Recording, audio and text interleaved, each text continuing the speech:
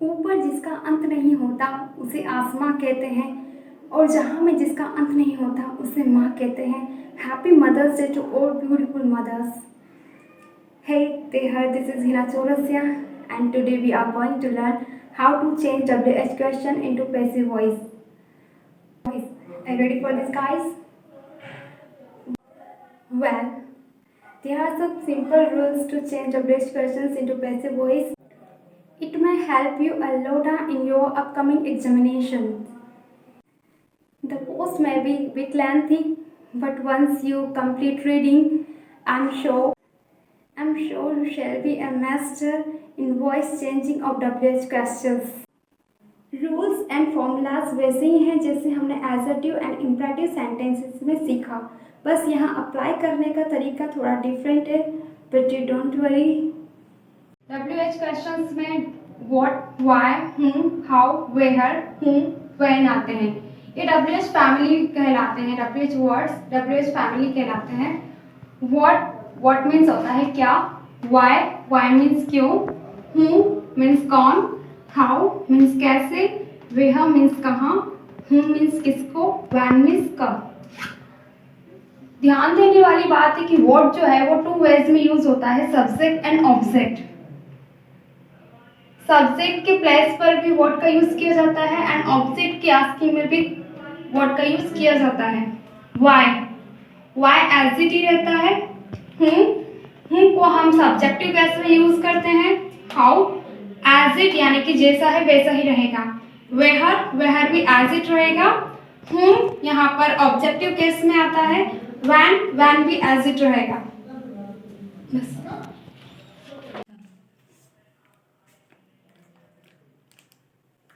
Let's see examples. First हमारा topic है what is encouraging you. आपको क्या चीज एनकरेज करती है, तो आप यहाँ जो चीज आपको एनकरेज करती है उसका ही रिप्लाई दोगे। जैसे मुझे आपके लाइक्स एनकरेज करते हैं तो मैं यहाँ आपको आंसर दूंगी, योर लाइक्स एनकरेजिंग मी।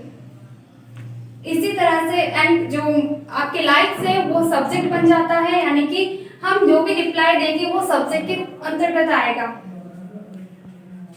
हम इसको पैसिव वॉइस में कैसे चेंज करेंगे, एक्टिव वॉइस का सेंटेंस है, इसको पैसिव वॉइस में चेंज कैसे करेंगे। जो बाय हम एजेंट के रूप में लास्ट में ऑब्जेक्ट के पहले रखते थे उसे हम आगे रखेंगे। By what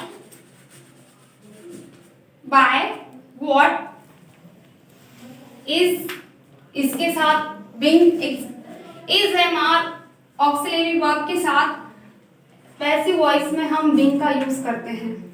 by what is being encourage, being की थर्ड फॉर्म हो जाएगी encouraged you, question mark at the end. By what is being encouraged you, आपको क्या चीज एनकरेज करती है, व्हाट इज एनकरेजिंग यू। ये हमने देखा यहाँ पे व्हाट जो है वो सब्जेक्ट के रूप में यूज हो रहा है। अब हम देखेंगे ऑब्जेक्ट के रूप में व्हाट का यूज कैसे किया जाता है, वो नेक्स्ट एग्जांपल के थ्रू देखेंगे। What do you eat, what do you eat. If someone asks you what do you eat, आप क्या खाते हो, what do you will reply,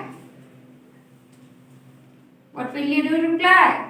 आपका रिप्लाई होगा आप जो चीज खाना पसंद करते हो वही आप आंसर दोगे, तो वो ऑब्जेक्ट के में आएगा।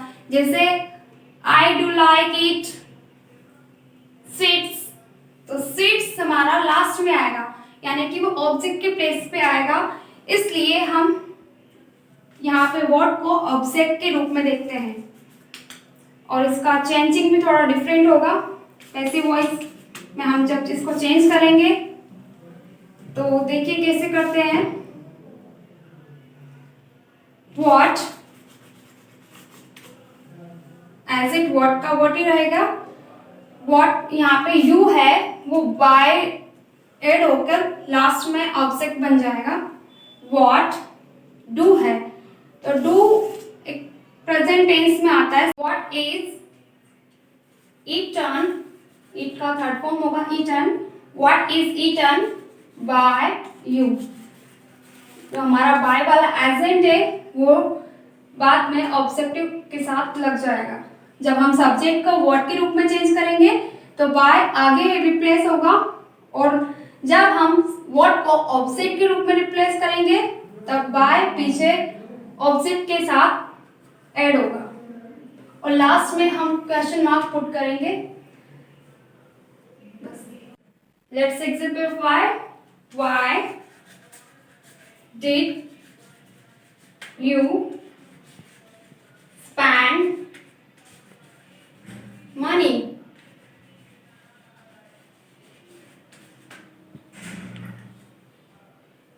तो हम y को एज इट लिख देंगे, y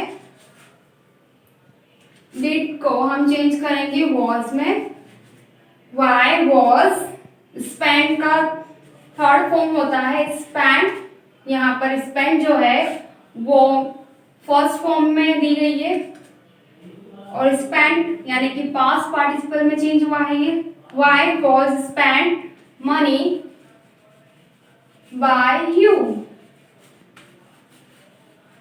and we will the question mark at the end of the sentence. Next topic है whom मीन्स होता है कौन। इसके एग्जांपल्स हम देखेंगे। जैसा कि मैंने बताया था whom एक सब्जेक्टिव केस है।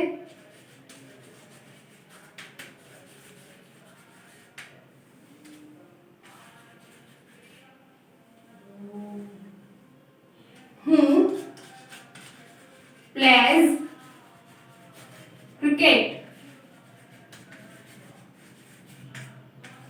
whom plays cricket, क्रिकेट कौन खेलता है।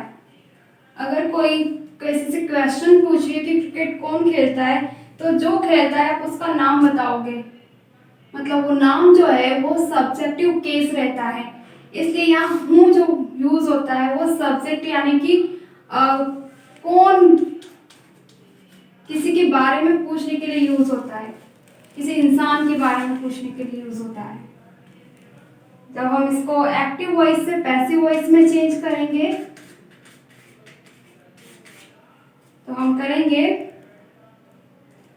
whom का सब ऑब्जेक्टिव केस होता है whom। क्या होता है objective case whom।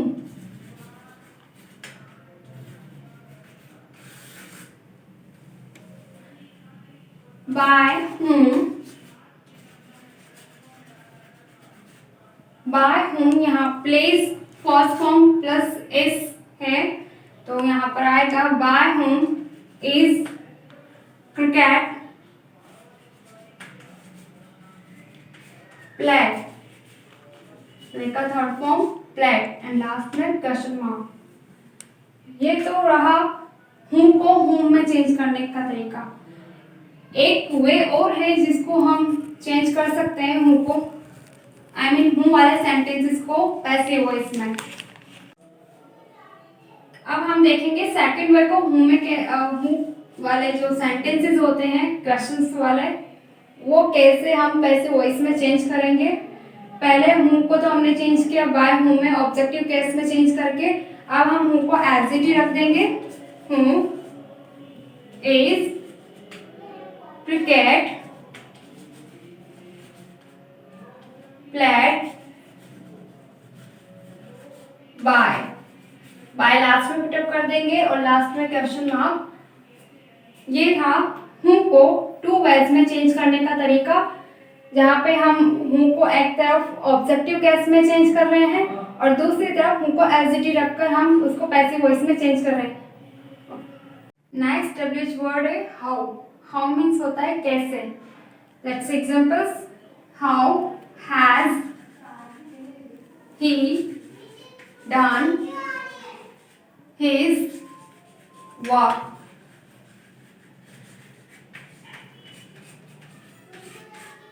How has he done his work, हम इसको कैसे पैसिव वॉइस में चेंज करेंगे। हाउ हैज के साथ हम बिन लगाते हैं, तो how has his work been done, यहाँ पहले से ही थर्ड फॉर्म दी हुई है, डन बाय ही को मैंने ऑब्जेक्ट में चेंज करना पार्ट फर्स्ट में बताया हुआ है, तो हम ही को चेंज करेंगे हिम में, लास्ट में डस्ट मार्क।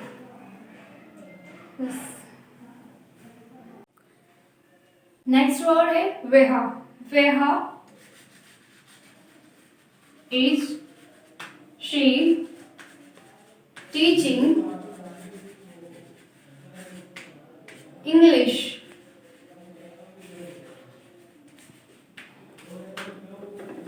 हम इसको पैसिव वॉइस में चेंज करेंगे, ये एक्टिव वॉइस का सेंटेंस है, इसको पैसिव वॉइस में चेंज करेंगे, तो ये बनेगा वेहा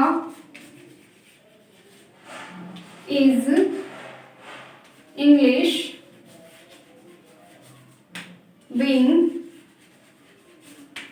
टॉट।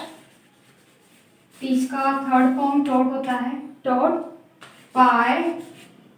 शी को हम चेंज करेंगे हर में। ये बना पैसिव वॉइस का सेंटेंस।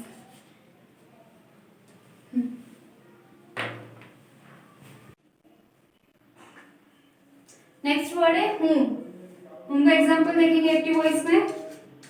एक्टिव वॉइस में एग्जांपल होगा हूम डू यू लाइक। इसको हम पैसिव वॉइस में चेंज करेंगे, जैसा कि मैंने पहले बताया था हूम ऑब्जेक्टिव केस है, तो हम इसे यूज नहीं करेंगे, इसके प्लेस पर हम यूज करेंगे उनको हूम। यहाँ पर डू है तो is, who is liked by you, last में question mark. Who is liked by you, ये हूम को हमने किस में चेंज किया, हूं में। ये एक दूसरे से कनेक्टेड है, हूं चेंज होता है हूम में एंड हूम चेंज होता है हूं में। लास्ट हमारा वर्ड है वैन। वैन मीन्स कब। हम इसको एक्टिव वॉइस वाला पहले सेंटेंस लिखेंगे। Van will you start your work. Your work, तो हम इसको चेंज करेंगे पैसिव वॉइस में। When will your work will shell के साथ हम be ऐड करते हैं। When will your work be, start का थर्ड फॉर्म होगा started by you, by you। When will your work be started by you? ठीक है। Thank you for watching and ready for my next video. Thank you. And don't forget like, share and subscribe and press the bell icon for never miss update.